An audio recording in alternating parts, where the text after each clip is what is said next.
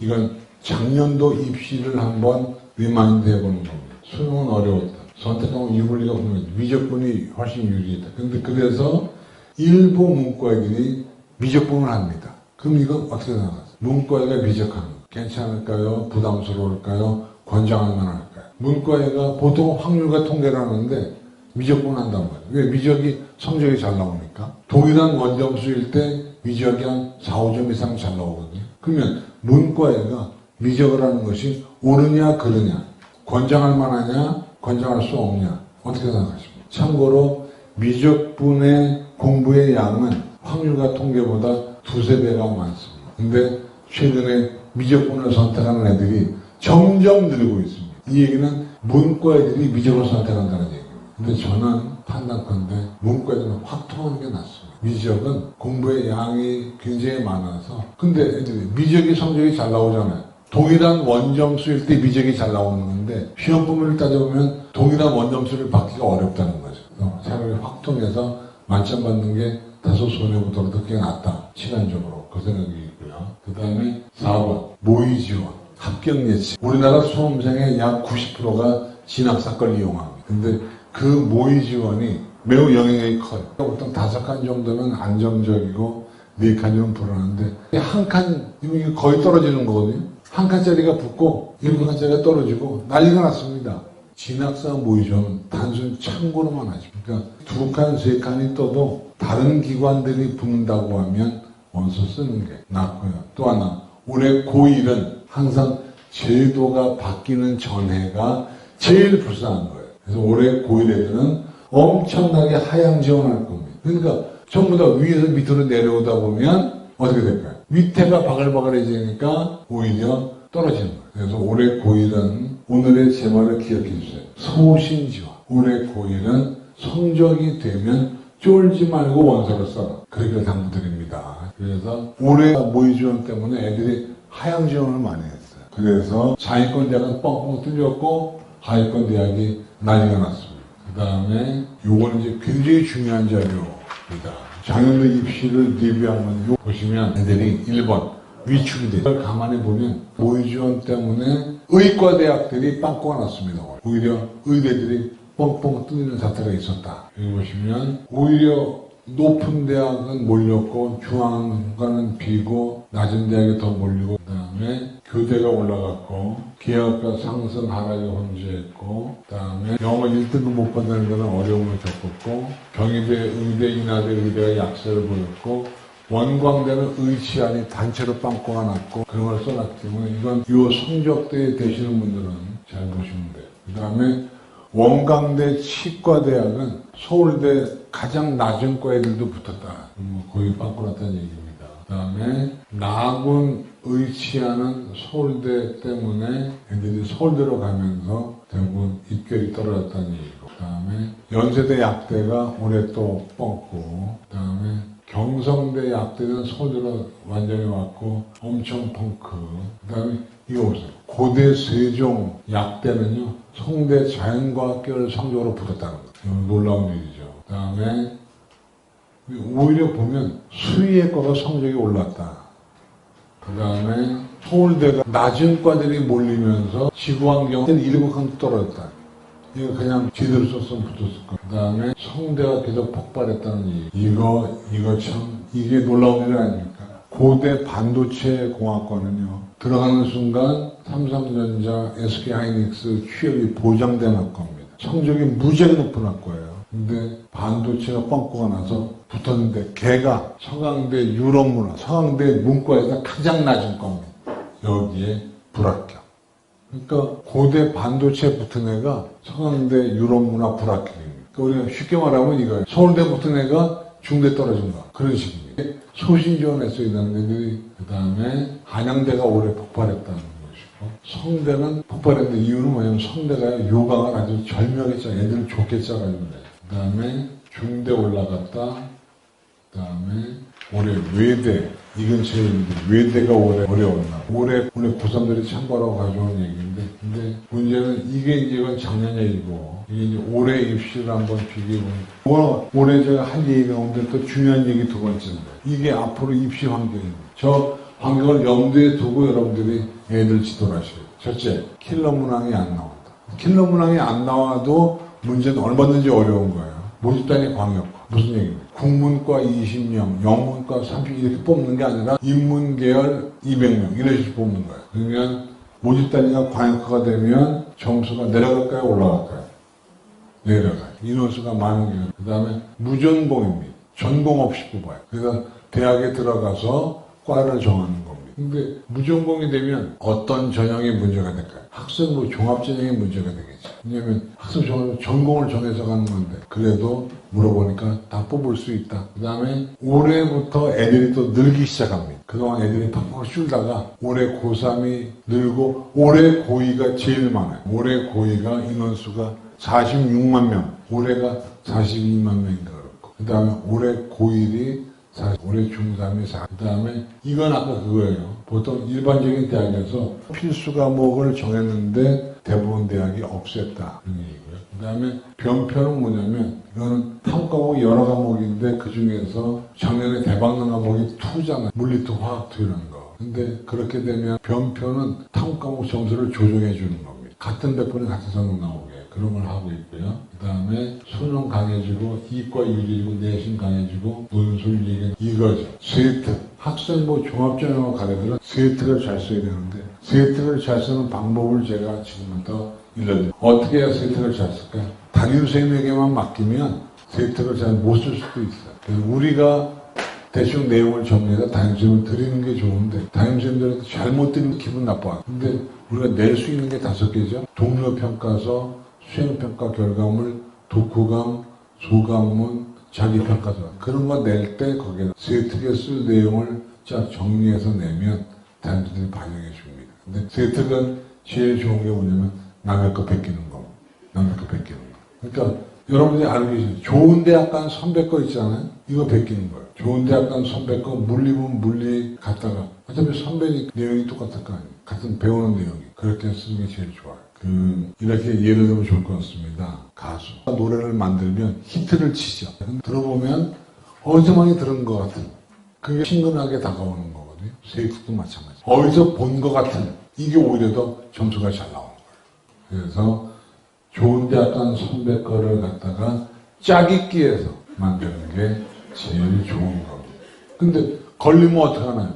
안 걸립니다. 왜 안 걸리냐? 학생부를 평가할 때 프로그램이 있거든요. 그 프로그램을 가지고 하는 건데 프로그램은 표절 검사를 안 해요. 그 모집 단위에서 지원한 아이들 걸 가지고만 봅니다. 그렇기 때문에 다른 학교 거 그 아이가 공교롭게 나랑 똑같은 학과 똑같은 대학의 원서를 쓰면 서로 비교가 되지 그렇지 않다면 문제가 안 됩니다. 저는 그래서 베끼는 게 제일 좋다. 그 다음에 이게 무슨 말입니까?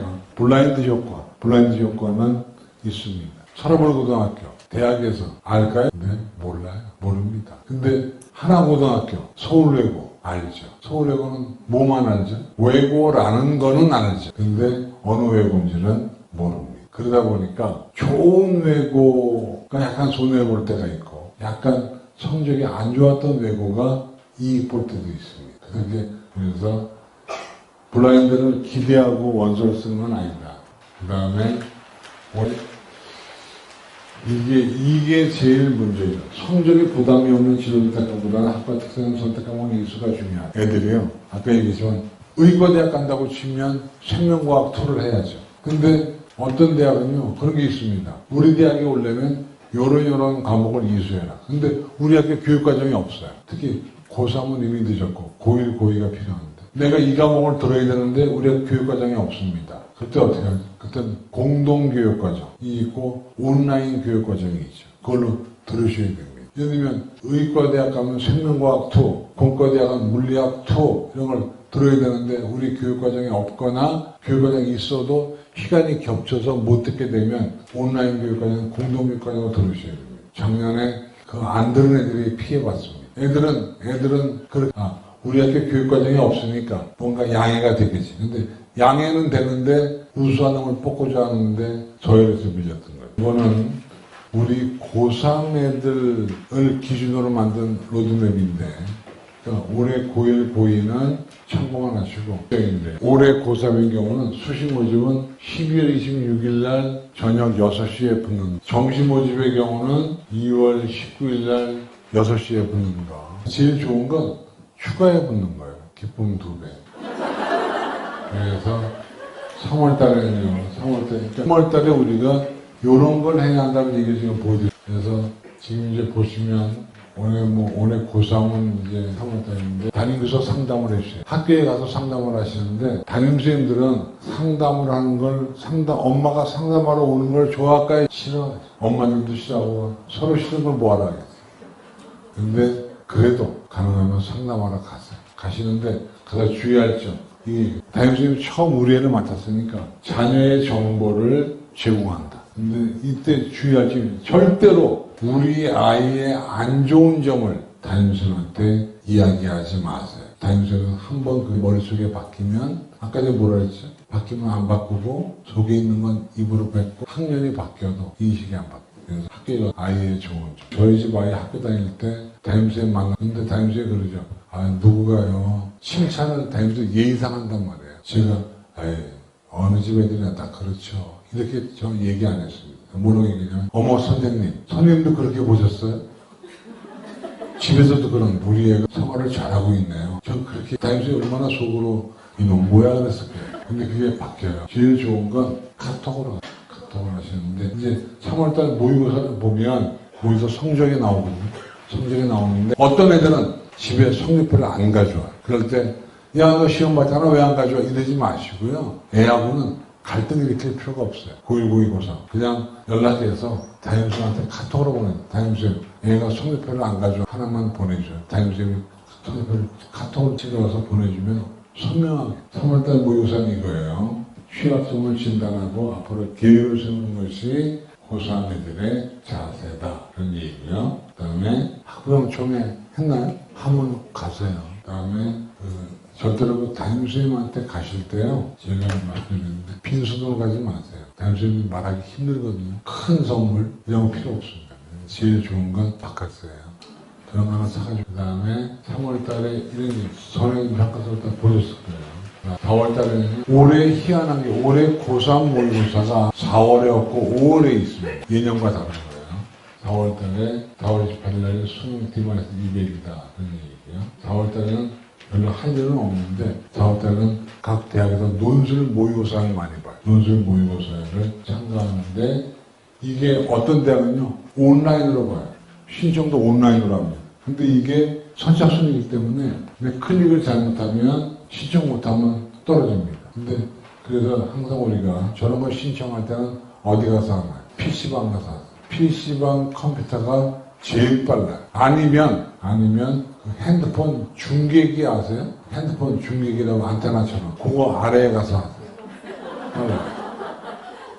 그 다음에 고2는 4월 말에 2016 조형계획을 발표합니다. 어떻게 애들을 뽑을 건지 생각해 주시고 성적표 이런 걸 이제 우리가 보게 될 겁니다. 그래서 3월달 학평시험지 답안지 우리가 제일 잘 볼 것이 어디냐면 여기에요. 여기를 제일 잘 봐야 돼요. 여기에 뭐가 나오냐면 보여드릴게요. 여기에 보면 국어수학 100분위, 국어사회 과학 100분위 이런 게 나옵니다. 100분위가 나오는데 저 100분위가 중요한 거예요. 이게 얘 거 보실래요? 어머 99.8, 99.9, 99.9 얘는 엄청난 애입니다. 전국 1등. 그 다음에 아이의 입장에서는 여기를 잘 봐야 됩니다. 부모의 입장은 이거, 아이 입장은 몇 번 문항을 우리가 유심히 봐야 되느냐. 그래서 저건 꼭 학원에 가서 담임선생 만나서 상담을 해줘야 되겠다. 5월달은 애들이 공부를 제일 안 하는 달이에요. 그래서 5월달을 잘 못 넘기면 좋은 대학을 못 가요. 5월 8일 경기도 학평 모의고사가 있는데 얼마나 성적이 올랐나 이걸 보는 것이고요. 그 다음에 5월달에요. 각 대학들이 축제를 하거든요. 축제에 가는 놈들은 다 대학 못 간다고 보시면 돼요. 그 다음에 경찰대학교 원수 접수를 5월 말에 합니다. 경찰대학교를 안 가도 원서를 접수해서 시험을 보시길 부탁드립니다. 약간 긴장감도 느껴보시고 그 다음에 6월달 정말 중요한 달. 6월달 모의고사가 진짜 중요합니다. 올해 수능 시험에 출제 유형과 난도를 검토할 수 있고요. 상당히 중요한 시험이 있습니다. 이때 6월달 성적이 거의 수능이라고 보시면 됩니다. 거의 성적이 변함이 없어요. 그래서 6월달 모의고사가 나오면 여기에 나와 있죠. 위치, 입시 결과, 수능 때문에 150일, 오답노트. 여기서 제일 중요한 거 오답노트를 만드는 거예요. 그러니까 고1, 고2, 고3, 고2 오답노트를 얼마나 잘 만드느냐는 것이 관건이다. 그다음에 고1, 고2는요. 이때 모의고사를 안 볼 수도 있습니다. 그런데 고2 정도가 되면 고3 6월달 모의고사 문제를 풀 수 있습니다. 사탕마탕 못 풀어도 국어영어 수학은 풀 수 있어요.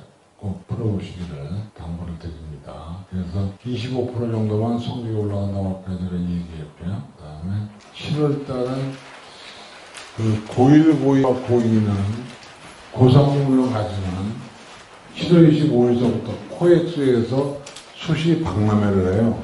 이거를 오히려 고3은 안 가도 고1, 고2는 가서 뭘 보냐면 대학들이 와서 상담해 주거든요. 근데 어떤 대학교 앞에는 학부모들이 줄을 쫙 서 있습니다. 상담하려고. 어떤 대학교는 교직원들이 졸고 있어요. 그리고 보고 나오면 휴지통에 대학의 요강이 애들이 다 버린 거. 연구대가 없습니다. 애들이 가서 그걸 고3은 뭐 이미 느껴서 고1, 고2는 거기 한번 갔다 오면 공부를 해야 되겠다고 하는 그 의지. 내가 저 대학을 심지어 어떤 대학은요 은행에서 쓰는 거 있죠. 번호표 발행지. 이거 놓는 대학도 있습니다. 뽑고 상담을 하고. 그 다음에 7월달 모의고사 보고 나서 얘기하는 겁니다. 그 다음에 여름방학을 성적을 마지막 기회고 열심히 하시고. 그 다음에 8월달은 별다른 특징이 없는 달인데 8월달이 또 이제 애들이 수시를 마무리하는 달이 8월달이거든요. 이때 학생부 마무리한다고 수능 준비를 제대로 안 해요. 그러면 안 됩니다. 우리가 누가 뭐라고 해도 가장 중요한 건 수능입니다. 그리고 이때요. 만약에 애가 논술을 써야 한다면 이때 논술학원을 다녀야 됩니다. 논술학원 한 번 안 다니고 논술 보러 가는 건 양심에 어긋나는 것이죠. 여러 번 써봐야 되니까. 그래서 논술학원 꼭 다니도록 해주시고요. 그 다음에 이거는 우리가 아까 얘기한 이건 수능 응시 자격 그런 게 있습니다.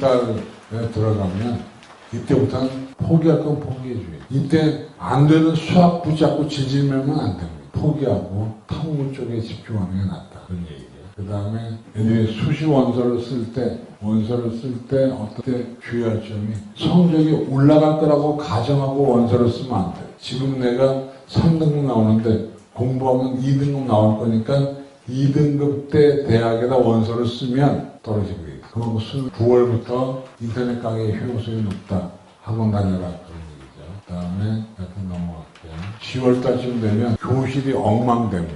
고3 교실. 왜냐면 이때부터 수시 모집 결과가 나와서 그때는 정말 눈 닫고 귀 닫고 공부만 해줘야 되는 그런 식입니다. 이때 엄마들은요 역할이 있습니다. 아이의 위로. 애들이 떨어지고 너 그럴 줄 알았어 이러면 이건 난리가 납니다. 아무리 미워도 그럴 줄 알았더라도 겉으로는 애를 격려하시고 그 다음에 넘어갈 거고요. 11월달 수능 시험 보는 그때 그 대치동에서는 ADHD 약을 먹이는 집이 있습니다. 멀쩡한 애한테 그거 먹으면 시험 잘 본다. 근데요 그거 어때요? 부작용은 검증이 안 됐대요. 괜히 부작용 생기면 안 되죠. 먹이지 말란 얘기를 하는 거예요. 11월달에 애들이 한약 먹이지 마세요. 안 먹던 거 먹으면 안 돼. 먹던 거는 먹어요. 그래서 제가 써놨습니다. 근데 또 주의할 거. 수능 시험 보는 날 밥을 먹어야 돼요 말아야 돼요. 애는 안 먹겠다 그러고 엄마는 먹인다 그러고 서로 싸우잖아요. 근데 애가 안 먹겠다면 먹이지 마. 제가 연구 논문을 보니까 이걸 반드시 아침 식사를 해야 하는 것은 아니다. 그래서 그 근거가 뭐냐면 사자가요 사냥을 할 때 이 뇌 뉴런 움직임이 활발하잖아요. 근데 그게 배고플 때 이게 빨리 돌아가. 그래서 배가 오히려 부르면 머리가 안 돌아간다는. 그래서 먹던 애는 먹이고 안 먹던 애는 먹지 않는 게 제일. 그 다음은 넘어갈게요. 일정은 통과합니다. 그래서 질문을 받겠습니다.